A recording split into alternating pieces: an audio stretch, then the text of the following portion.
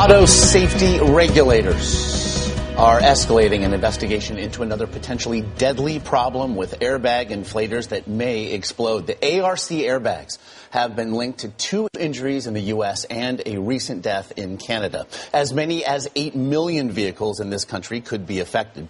A CBS This Morning investigation found used cars with faulty Takata airbags and other serious defects are still for sale all around the country. Now, one car dealer agrees that it's a problem and is pushing for change. He spoke with Anna Werner. Anna, good morning to you. Good morning. That dealer saw our undercover shopping investigation at used car dealers, where we found cars with unrepaired safety defects being sold and no law requiring dealers to tell consumers about the recalls. Now, he says there should be a law against selling those cars, period. How many consumers do you think really understand recalls? I would say maybe 1 in 10. Earl Stewart believes recalls should be made obvious to shoppers. So at his Toyota dealership near West Palm Beach, Florida, any used cars for sale with defective Takata airbags are clearly labeled right on the windshield.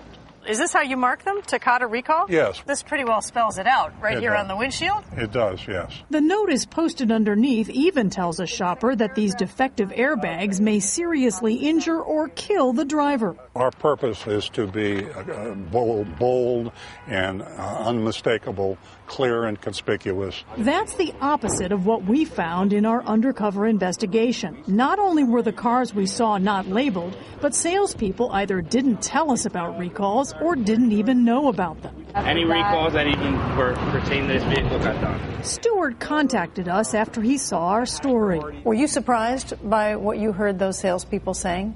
No, it was exactly what goes on every day.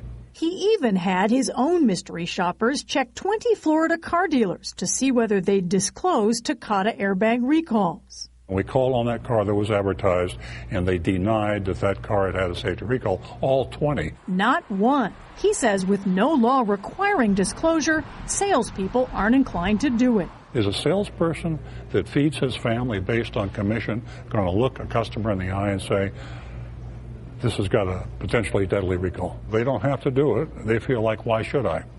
It's going to cost a sale. Stewart says he still sells the cars to keep up with competition. But given the dangers, we wanted to know why he's selling them at all. How are you going to feel if one does explode in a car that somebody bought here from you, even with disclosure, and they are severely injured or killed? I asked myself that exact same question. How would I feel? I would feel absolutely terrible. And I feel like I'm caught. I'm stuck. I don't have a choice. I'm doing all I can, and that's not enough. There's got to be a law. They've got to make it illegal. For that to happen, he says he needs the support of the Florida Automobile Dealers Association.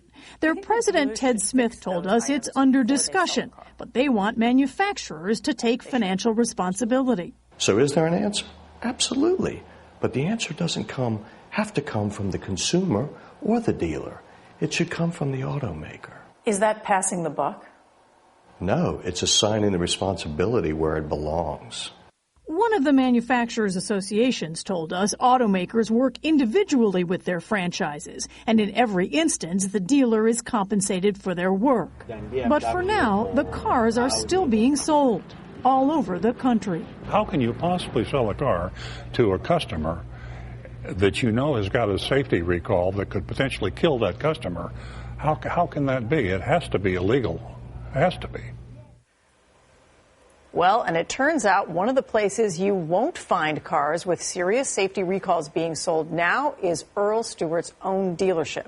He tells us that our interview prompted him to rethink what he's doing, and he's now stopped selling any cars with recall items that cause injuries or deaths, open recalls, which means he's currently holding back somewhere in the neighborhood of 30 cars or more. He says by the end of the year, it's probably going to cost him $500,000, that decision alone. Wow, he's a rare guy. You could tell he was conflicted, though, even in your interview, Anna. And he said to us, he said, you know what, after your interview, he said, I have to tell you, it had a big impact on me, and I can't do this anymore. I have a feeling he talked to his lawyer. I think that Earl Stewart is a guy who he really was conflicted, and it pushed him over the edge. I think he was right there hovering to begin with. Yeah, I felt that, and now I feel if I was there, you'd want to buy a car from him. Yeah, he's a. I find it terrifying that 90% of dealers don't know how to handle a recall, frankly. Yeah. Thank you, Mr. Stewart. Thank you, Anna. Thanks.